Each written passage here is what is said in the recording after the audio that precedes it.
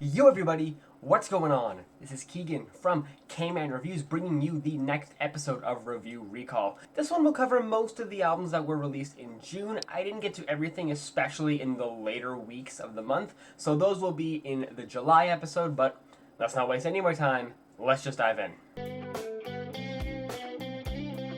It has been a while since I last listened to a Gavin DeGraw record. Hell, it's been 6 years since his last one actually released.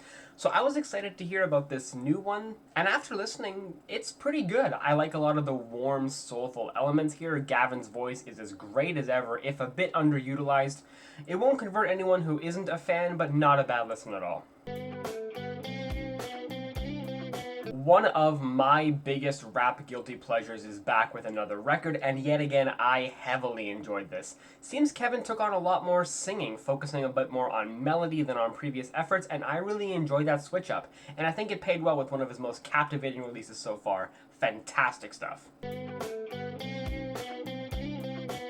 Literally every single element of this record is done better via someone else. You want the lyrics about heartbreak and teenage melodrama, you can go to Olivia Rodrigo, who's also a much more detailed songwriter. You want the dreariness and a bit of angsty edge, you can just go to Billie Eilish. You like her throaty, almost smoky vocal timbre? Alessia Cara has been doing that a lot longer and a lot better, even if I personally don't care for her music that much.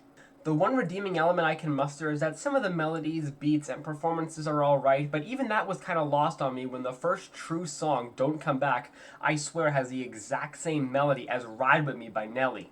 I'll admit, I thought some of her EPs were pretty solid. I'll likely return to a few of those tracks, but for a debut album, this was just bland, uninteresting, and at the end of the day, it just made me want to listen to her contemporaries more.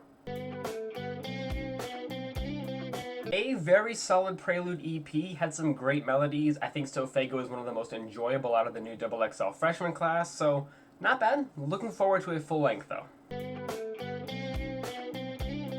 This is the latest album from Canadian indie pop folk singer, and it's a very warm, comforting listen. Very sweet melodies and instrumentals all over this thing. An uplifting record throughout. Great stuff. It's probably Chris's best album in years, if not his best, period. Still not amazing or even all that good, but definitely the most I've enjoyed a full-length project from him in a while. I may also just be saying that because it's not 30 plus tracks, so that's definitely an improvement. The first half has some decent R&B rap bangers, nothing too memorable, but the second half is the more typical R&B fare you'd expect Chris to do, in my opinion much more enjoyable. All rounds out to a relatively solid experience.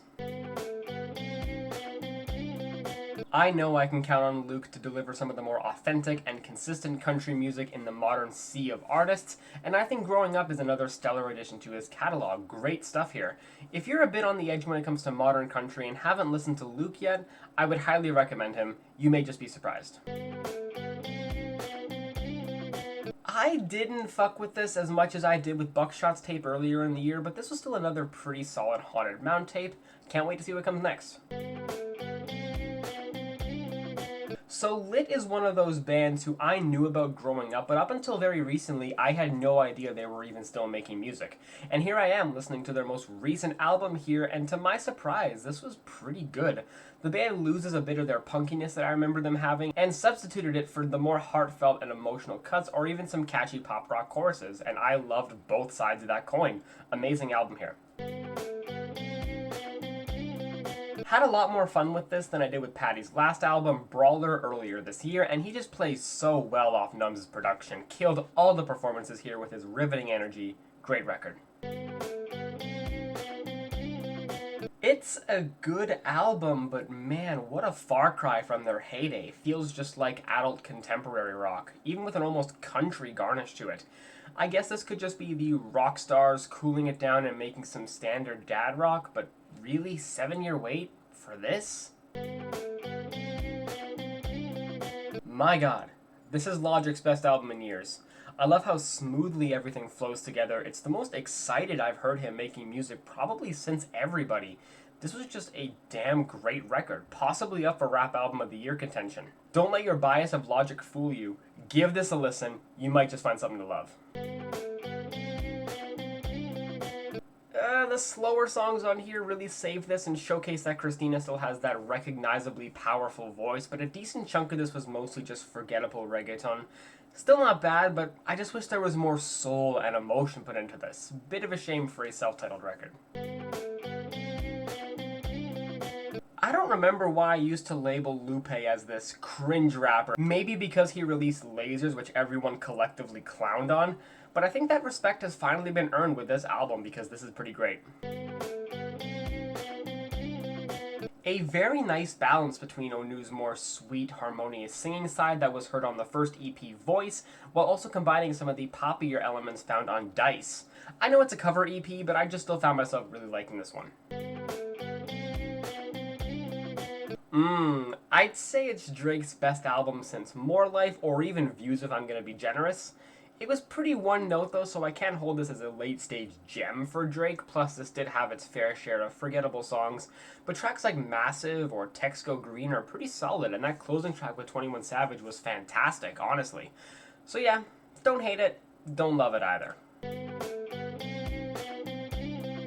While the second installment in Weezer's Seasons series may not have as instantly noticeable a style or a unique persona, but it makes up for that with some of the punchiest, roughest, and most sticky melodies since Yates. Excellent stuff. Really enjoyed this hip-hop EP here. I loved a lot of the poppier, almost jazzier influences here. Really made for an engaging listen. Check this out.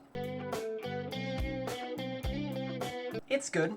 It's musically competent, but I can't say it's great as Vory is not that memorable of a host.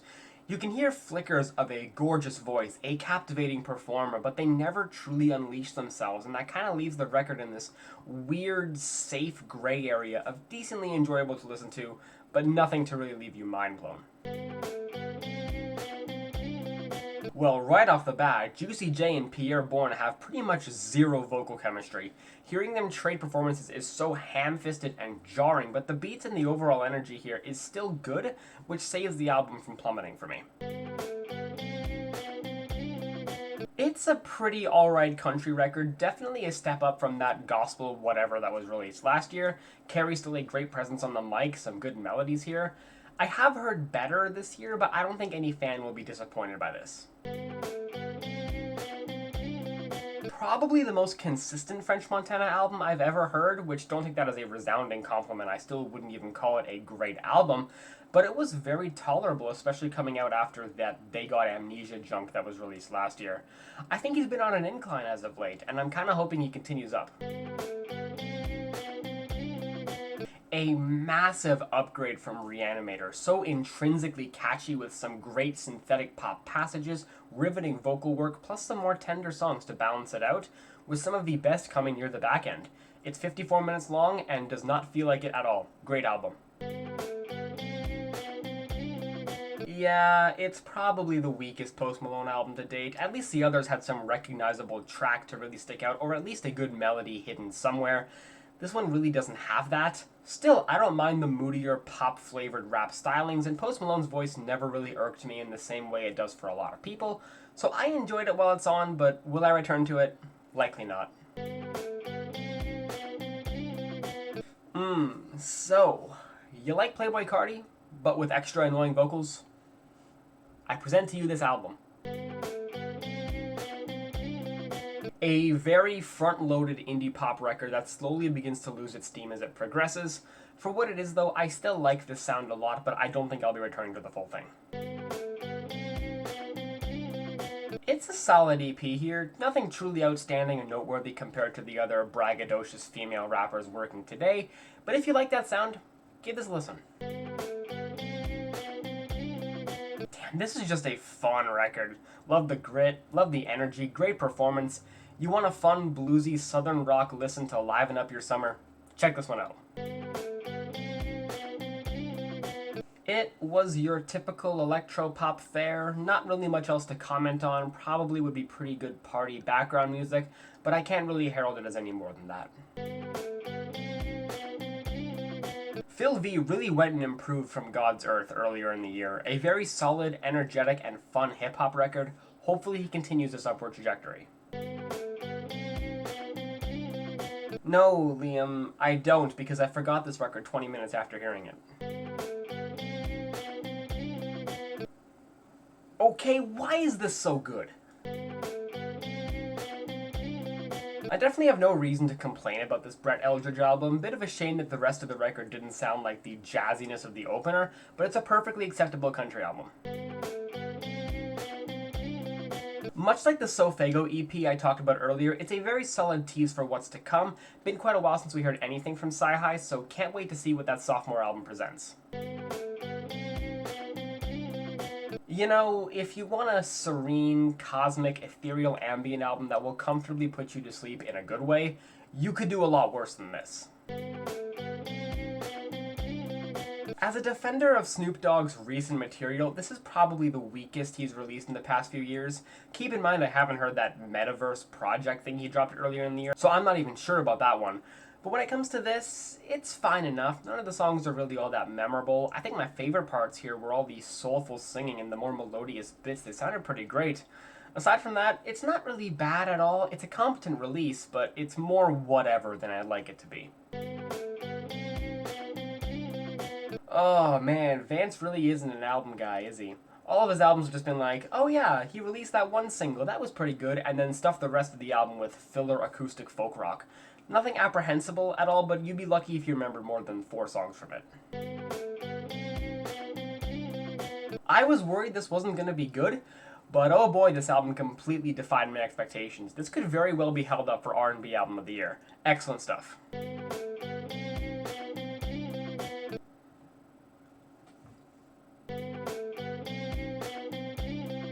It's got some fun energy to it.